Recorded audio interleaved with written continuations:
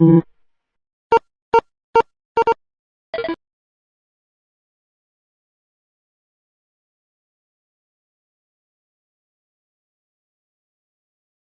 we go, yes. Hello! See, it was worth waiting for that, wasn't it? Yeah, like I said, it's really, really good to be here. I'm going to be talking today about services. That's no surprise. That's pretty much the only thing I talk about. But it's hopefully going to be interesting, hopefully entertaining. There'll be some stories, some funny ones, some embarrassing ones. So I now run an organization called the School of Good Services. I say it's an organization. It's just the three of us. It's very, very small. But we provide support and training and coaching and upskilling to all sorts of different organizations in the types of skills that we need as people who work on services to design and deliver better services. So these are often everything other than service design. So things like writing business cases for your work and leading your stakeholders and doing all of the really complicated bits around the outside of designing services. So that's what I spend my days doing, and it gives me a really interesting insight into the types of problems that people have when they try and design and deliver services in these sorts of organizational contexts. So I'm going to be talking about some of these things today. And I'm going to be talking about bad services, not to depress you at the beginning of this excellent day, but I think it's always really important to talk about why things don't quite work, because it's only then we can work out how we fix them. So I'm going to be talking about bad services. I'll talk a little bit about why they happen, and really how do we get out of this mess, because I think it does feel a bit messy at the moment when it comes to actually interacting with services. And we're going to start with a story, and it's a story about something that happened to my wife Sarah, who is somewhere in the front row. So sorry about the embarrassing story. But it starts roughly around kind of sort of close to midnight. And we are in Dalston. And she has just got out of an Uber to go to this place. It's a place called Karaoke Hole. Has anyone been to Karaoke Hole in Dalston? Yeah, it's a couple people are like, yes, it's good. This is me. I don't know if you can see it properly. This is me, obviously on the right-hand side. And a fantastic drag queen called Amanda Pett, who's being very kind and sort of, you know, humoring my terrible kind of dancing going on here. Anyway, it's an excellent place. If you haven't been, you should go. But anyway, Sarah leaves Karaoke Hole, successfully having delivered some karaoke to the world, and she reaches into her pocket and finds that she has no phone. Now, this is a thing that has happened to many of us on a night out, partially after several drinks, but of course she has left her phone in the Uber. Now, if you leave your phone in the cab, your instinct, I would imagine, like most people, is to try and get hold of that driver somehow to try and get your phone back. But if you have ever left your phone in the back of an Uber, you will know that if you phone Uber, or if you try to speak to them over the phone, they will tell you that you can't do that. So there is a process that you have to go through if you lose your phone in the back of an Uber, and it's basically you have to go to the app and you have to log in, and then you have to basically contact Uber through that official channel. Now, this is what they will tell you. You basically have to log into the app, go and speak to someone through that process. All very well, you know, and good so far. So Sarah uses my phone. She's downloading the Uber app onto my phone because I've, you know, kind of piously deleted it, been like, I'm not taking Ubers anymore. You know, so it's now downloaded on my phone. Thanks very much. I haven't deleted it since. But anyway, that's what she does. And of course, you know, goes through the proper process. Downloads the app. Voila. And this is what she finds. And of course, where is this two-factor code sent to?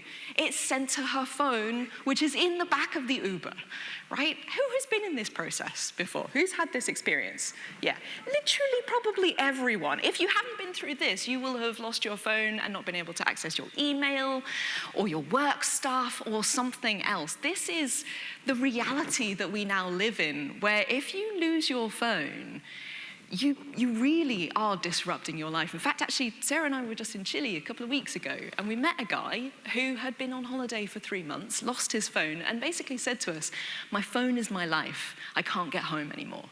So as much as this was funny for us, this is something that is extremely restrictive to a lot of people. Now, obviously, if you're Sarah, then you basically take to Twitter and you start moaning about it online. And the poor people at Uber were like, "There is a process, please do speak to us." But what do you do when you get to this point where, you're the guy who we met in Chile who couldn't get home, or you're Sarah and you can't, get access to your phone anymore? Well, you find another way, right? And so we are in this world where we're constantly having to find other routes to do things. Now, in this particular situation, what do? You use Find My iPhone to try and track down your phone, right? Because it's going to be wandering around somewhere in London, and of course it was. Now, I would not advise doing any of the things that happen after this moment.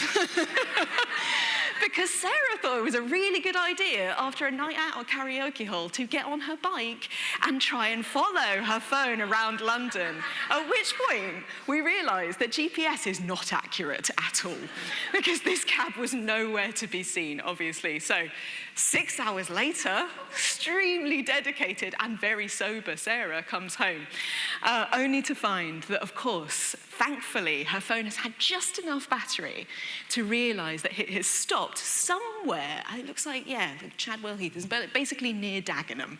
So this poor driver has gone home at like 6 in the morning. The phone has finally stopped. Now, I don't know how this bit of the story quite happens, you'll have to ask her, but she somehow remembered, despite, this night out at K-Hall, basically what the reg number was. And so, of course, checked it on DVLA's website. Thank you, DVLA, for such an accessible website of finding the driver's details and finding the, colour of the car. So we know what the car is, we know where it is, so we go there.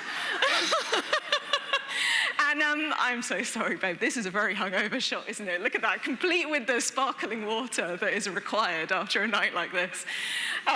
So we find this vehicle and we knock on this guy's door and we say, "Excuse me, have you got our phone?" And he did.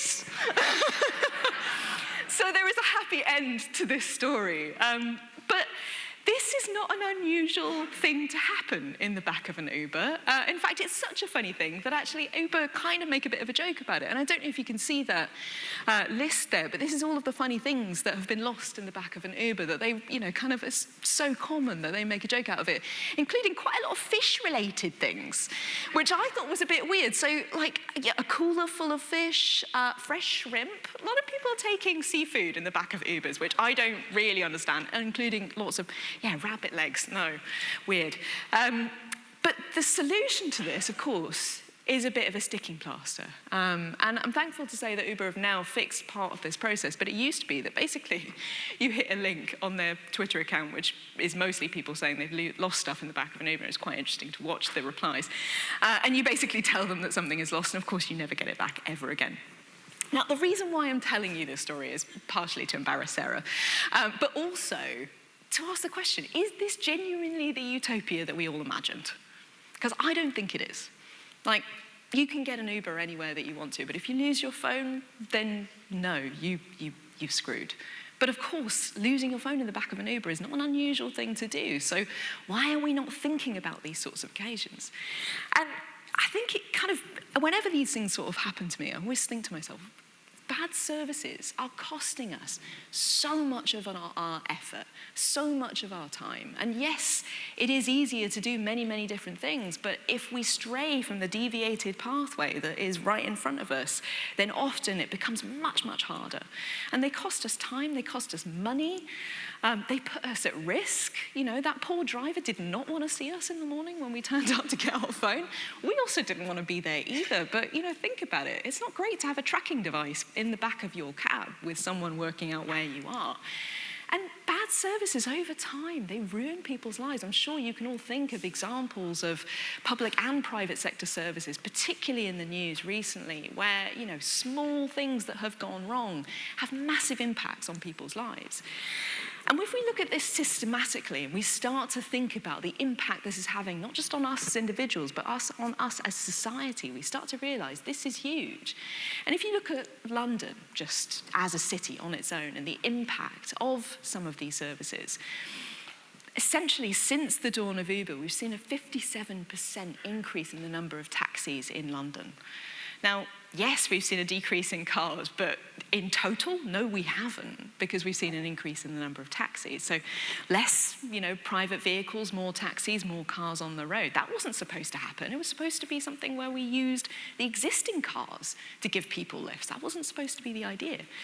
25% increase in the number of delivery vans in the city as well since the dawn of Amazon, and a £20 per metre rise in rent costs in areas where they are dominated by Airbnb. Now, this isn't me picking on Amazon, Airbnb, and Uber in particular.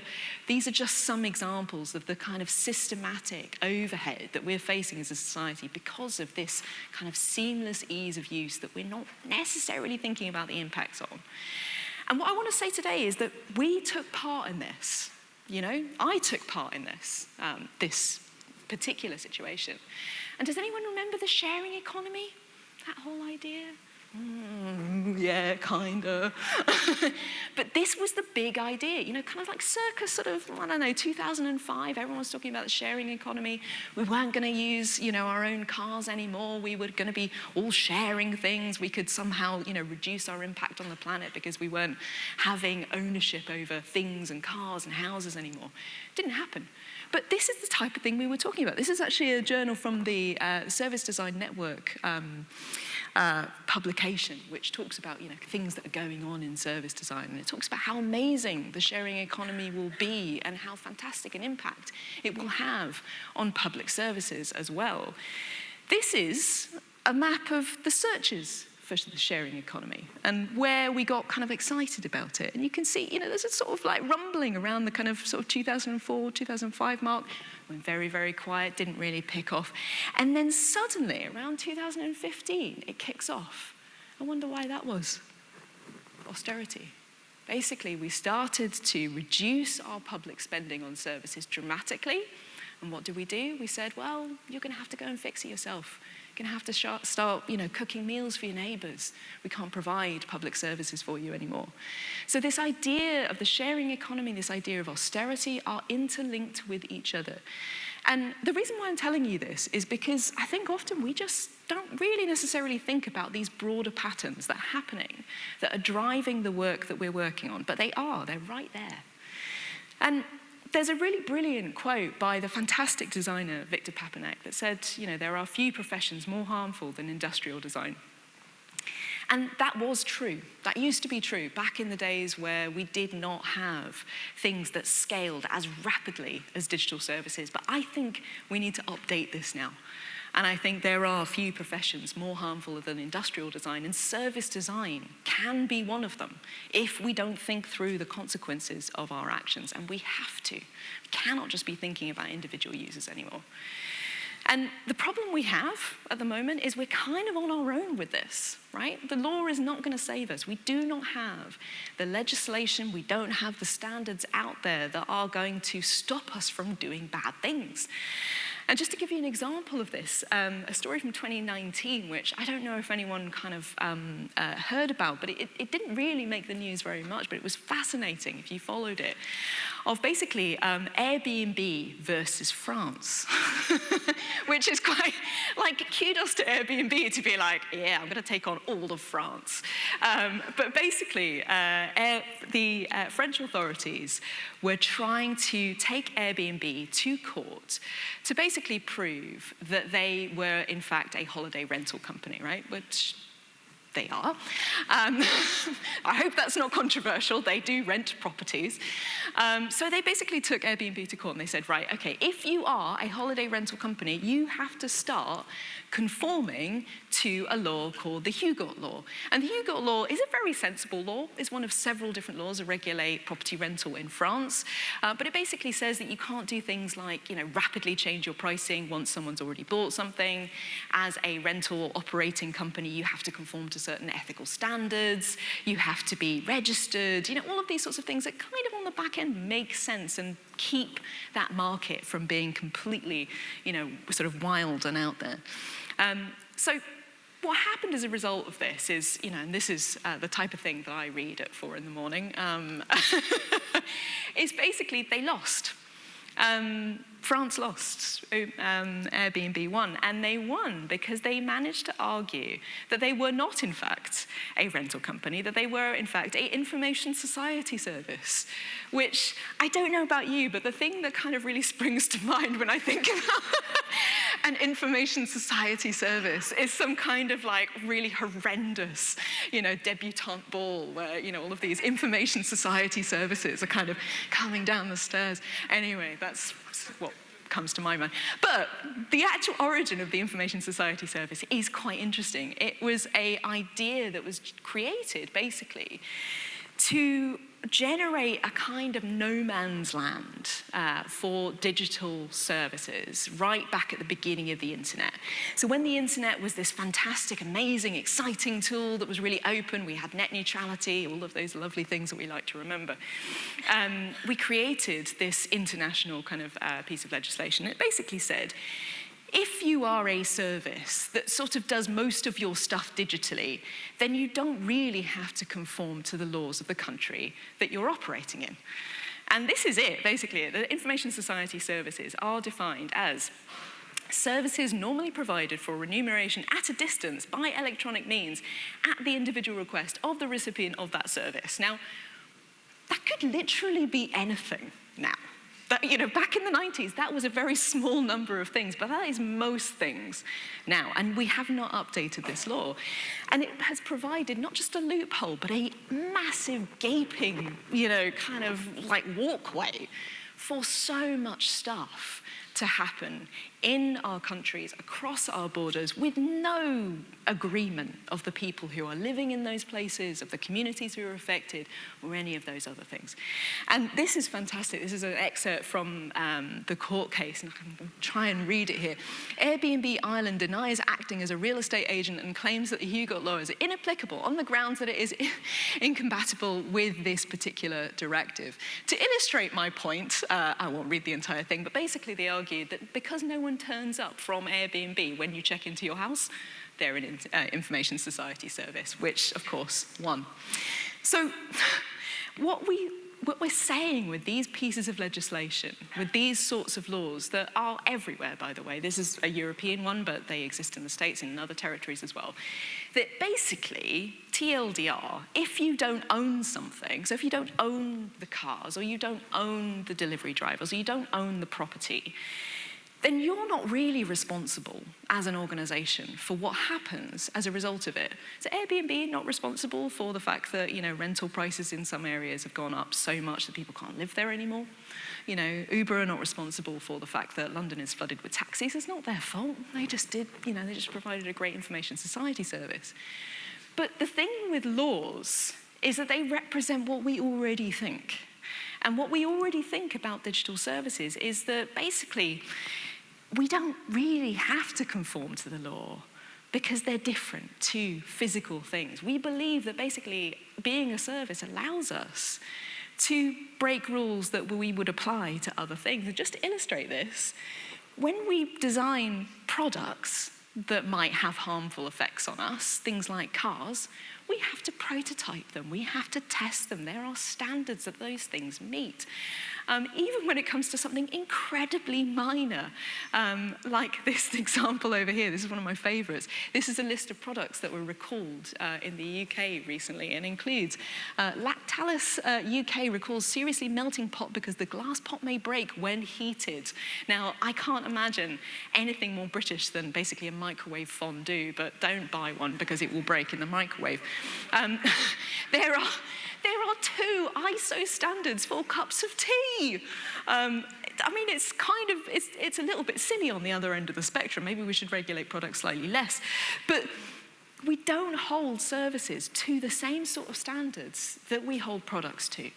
And the reason for that is because they are kind of invisible to us. We don't really think about their impact on our lives. And, we're not all sitting around like Victor Papanek going, what is the impact of the work that I'm doing? Now, just to give you some more examples of the types of things that are just, normal to us. If you wanted to take a Ryanair flight and you forgot to print your boarding pass, anyone done that?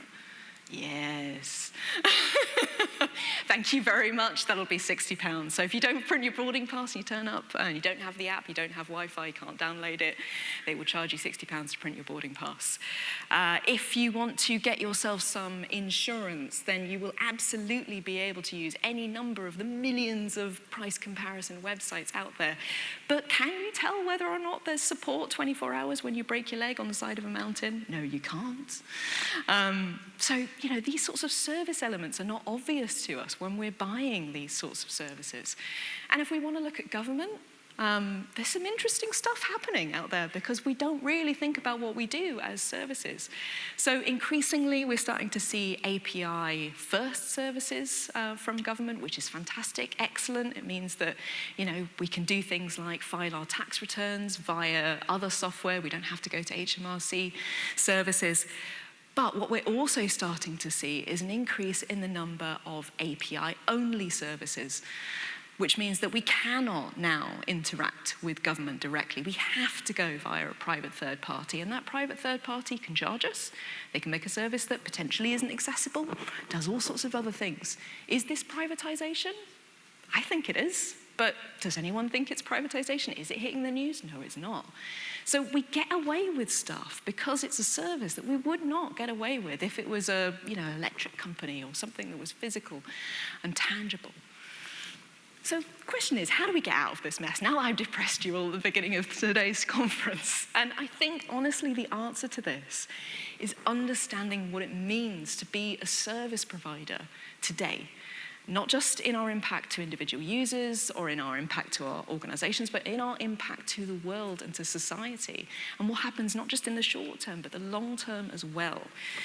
And it means really genuinely thinking about what this means to be a service provider and what kind of standards we start to hold ourselves to. So for me, I think this comes down to three really basic, simple things that we all need to start thinking about, we all need to start enacting in our organization. The first one of these is seeing services. The principal problem that we have as people who are trying to create better services in our organization is that we do not see what we do as a service. We don't see the impact of all of these things collectively. We don't add them all up as a user journey. We just think about our own individual tiny part of that. And really, genuinely, this is the weirdest part of service design, is that it's probably the one profession of design where we don't really necessarily have a shared understanding of the thing it is that we're actually designing, which I always find absolutely bizarre. So a service, just to be very, very clear, is something that helps someone to do something. That thing is often very straightforward and quite simplistic. It's something like learn to drive, buy a car, employ someone. These are things that we want to do as a person in the world. We are all users, of course. But the problem is, of course, our user gets to decide what that service is by what they're trying to achieve. And that's very different, very often, to the thing that our organization thinks about providing. Now, this is something that we learn very, very quickly on gov.uk. Gov.uk is a big, big website, has lots of pages, lots of stuff. And of those stuff, of those things, about 10,000 of those things are services. But almost nobody visits the homepage because what they're doing is they're hitting Google and they're looking for that task that they're trying to achieve. And hopefully, fingers crossed, they end up on gov.uk. Now, some of you might have seen this slide before, but this is a list of some of the things that they might find on gov.uk. And I love this particular list of services because it is emblematic of the types of services that we still have in the public sector. And you can see we haven't given them names that make a lot of sense. We've given them names that we like, things like member, readers, wands, stuff that's kind of fun and easy to refer back to. My favorite, any guesses for what this one is? The sheep and cattle tracing service. Really excellent name for a civil servant to refer back to. We love a good backronym. Come up with the acronym, then come up with the name of the service. Not great, obviously, if you're trying to work out what you need to do as a farmer to make sure that hopefully your goat doesn't do that. But this has a really tangible effect on essentially how people find and access public services. This is a list of some of the most popular stuff on gov.uk that people are finding and looking for. And for the keen-eyed of you at the back, you can see that Contact DVLA is up there at number 8, which sort of means that the 8th most popular service on gov.uk is a phone number. And people are looking for that phone number because they can't find what they're looking for because we've called it all really random stuff. And the problem we've got, and the problem that basically every large organization has, is that Google is the homepage to our service. That is where people will start. They will start looking for the thing. And if they can't find it, they won't find your service. And so what government has is basically this big pile of Google fails, stuff that people won't be able to find unless they already know exactly what they're looking for. And of course, how do they know what they're looking for if they've never found it before? They don't. So that's why they end up looking for a phone number. And this is the reality of services. Good services are verbs. They are things that we are looking for. They're things that we're searching for. They're things that we're asking our friends and our family members about. They are not the names that we like to give them that make sense to us, that don't make sense to anyone else. So if you want some examples, if grammar is a little bit early for you, things like learn to drive, get a pension, see a doctor. Not things like statutory off-road vehicle notification, sorry DVLA, charity letter forwarding service, actually a DWP service, but no one knows what it is. Or I would include anything that starts with E something, I something, my something, hub something, portal something. All of those things are not things people are going to be looking for. I'm really sorry. It doesn't matter how much you love it, but they're not going to be looking for it. Just had to get that off my chest. But the problem is, of course, when we think about services, they get bigger. So they go from something that is quite small and quite isolated, this tiny little perfectly shaped portal or noun or thing that we think of as the service, to getting much, much larger.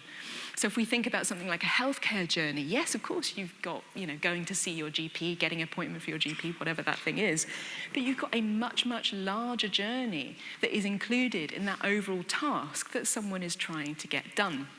And our job is not to just design all of these little bits in the middle, it's to design the arrows between them, design those exchanges, design the information that is passed between these parts of a service. But of course, the problem is that no one owns this. These bits between all of these parts of a service are like a genuine no man's land of service ownership.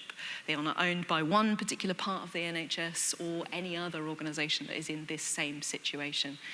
And so designing this negative space, designing this collaboration between organisations is the work that we have in front of us. And when we talk about thinking about the impacts of our work on the world, on society, it's designing those exchanges as much as it is designing the impact of the things that we're working on ourselves. So services are shared as much as we don't want them to be, they are. And because of that, they often end up being invisible. And because of that, they often end up not being designed. That's why we are in the situation that we are in. So we can talk about service design as much as we like, but we need to be talking first about what we mean by a service and getting everyone in the same space to understand, actually, what is this thing that we are designing? And of course, the problem we've got is when we don't design this ourselves, what happens? We basically force our users to do this. And I am sorry, and thank you for laughing at this, because it's 2024 and I am showing you a desire path, and I'm sorry. But this is quite a good one though, isn't it, right? But this is what it's like as a user. We might create all of these wonderful journeys, but if they are not right, if they are not the types of verbs that our user is actually trying to get done, what they will end up having to do is trudge across this grass and make the pathway themselves. And that is a lot harder than just walking across that grass. So we're forcing our users to design our services for us. But that doesn't just have a negative impact on them, that has a negative impact on us as well, because it means that we don't know what our services are anymore very often. And that might sound really perverse and really strange, but very often we're not aware of what those journeys actually are, because we're over here thinking, yes, this is the statutory off-road vehicle notification service, where is everyone? Our users are over here trying to work out how to stop paying tax on their vehicle and creating a completely different service journey we're not even aware of. And this is why we end up in the cycle of service doom. Again, I keep telling you I'm not trying to depress you, but I keep doing it. But this is what's happening. And I just want to explain how this cycle affects us. Because once we know it's happening, we stand a chance of intercepting with it. So basically, our users often end up having to design those services themselves, right? They're the only person who knows that they are trying to stop paying tax on their vehicle. They're having to put all these things together. We don't know that that's happening. Over time, that has a weird effect on us that we sort of forget why we're doing what we're doing. We become so focused on process, so focused on, delivering the statutory off-road vehicle notification application service, we forget that we're supposed to be helping people to stop paying tax on their vehicle. And as a result of that collective forgetting, we become collectively afraid to ask why we're doing what we're doing, why are we here in the first place, and the purpose of our service completely disappears. And it means we end up making worse and worse and worse decisions over time because we think the service is this thing over here, our users think it's this thing over here, and we're not designing the right thing at all. And of course, this is a vicious cycle. The worse our services are, the less contact we have with our users, the less we understand what they're supposed to be doing in the first place, the worse decisions we'll make over time. So our job, whether or not we're service designers or doing any other role that is advocating for service design, is to intercept this cycle somehow. This is our job, to try and kind of break these arrows somehow. But before we do that, we have to acknowledge that those services exist. So the first rule of service design is to be able to explain what we mean by services and explain what the process of that design actually looks like. So this is a really, really important thing for us to be able to get our heads around. So we talked about seeing services. The next part of our service literacy journey is actually helping people to understand what we mean by a good service. Now, usually I will rattle on about this for hours and hours. I'm not going to. But I will say one thing, and that is that it is not true that it depends what kind of service we're designing. That, when we're designing a dog grooming service, a healthcare service, a hotel check-in service, that of course they all totally different. But there are some things that almost every single user needs of almost every single service to use that thing well that are consistent to pretty much every service that we're all designing on. Of course they are unique, but they are all very, very similar in the things that we need from them. And these are really basic things like, ultimately stuff like being able to find our service. We all need to be able to find that dog grooming service, that healthcare service in exactly the same way. We all have to be able to use those services without being an expert in what that thing is and how it works, or being able to use it from start to finish without getting stuck in the middle because we've lost our phone in karaoke hole. So there are 15 principles of good service design. If you haven't seen them before, do go and check them out. These are them, if you want to take a screen grab, but they are freely available on the internet for you to have a look at. And hopefully, none of these things seem like particularly rocket science. They are the very basics that almost every single service needs in order to deliver that outcome that our user is trying to get to. And of course, at number one is being easy to find, because if you can't find a service, you're not going to be able to use it. So like I said, they are available, they're out there on the internet. You can read them in the book as well, Good Services. But I want to just close by talking very, very quickly about this last point here. This problem that we have of committing to designing services, because seeing services is one thing, being able to see them as real things that can and should be designed, not stuff that happens as an accidental byproduct of all the other things that we do, is the first thing. Being able to understand what we mean by a good service is important as well, because of course, as much as we all share those things collectively as users, when it comes to our own service, it's a bit like, the hairdresser having the worst hair or the dentist having the worst teeth. We just forget these things ourselves. So having that shared sense of what we mean by good is really vital. But understanding what we need to commit the people and the time and the money and the resources to be able to design those services, that's a whole other kettle of fish. And this is where we get into the real work of service design, because service design is about 10% of that stuff, the nice stuff, the user journeys, the research, the thinking about how stuff works. And the rest of the 90% is about creating the conditions for service design to happen and actually helping all of those people who are part of delivering that service to work together on those services. And the problem we've got, of course, is everything in our organization affects our service somehow. our data, our governance, our financial model, all of these different things will affect our service in some way. And we often do not have control over all of these things. So the activity of service design is as much about the things that we do as it is about influencing and making sure that these decisions happen in the right way so that they actually create the right service at the end of it. Now, as much as we think it depends what a good service looks like, we also think it depends when it comes to delivering good services. But I've started to realize over the last few years that actually that's not true at all. And there are, just as much as there are consistencies in the types of things that our users need of every service, there are also very similar things that pretty much every organization needs in order to deliver a service that works well. And these are, again, really fundamental basics, like understanding who your users are and what they need from you. So often we don't know who our users are. We think that they're these people over here, and there's a whole other group of people that we just either are willfully ignoring, or we don't know that they're there, or we don't think that their needs are important. So knowing who our users are is vital, obviously, but, kind of goes out the window, doesn't it? Remembering the purpose of our service, getting out of that cycle of service doom, remembering what we're here for. Again, really important to any sort of service. Knowing how well our service is performing, or allowing our staff the freedom to be able to actually put that learning into action. So we know what these things are, and we know how effective not doing them is. And I want to just show you this quick example, just to show you just how effectively not doing these sorts of things can stop progress. This is a thing called the CIA Simple Sabotage Field Manual, which if you haven't looked at it before, do go and have a look. It's a rabbit hole of totally interesting content and great ideas on how to stop bad stuff from happening.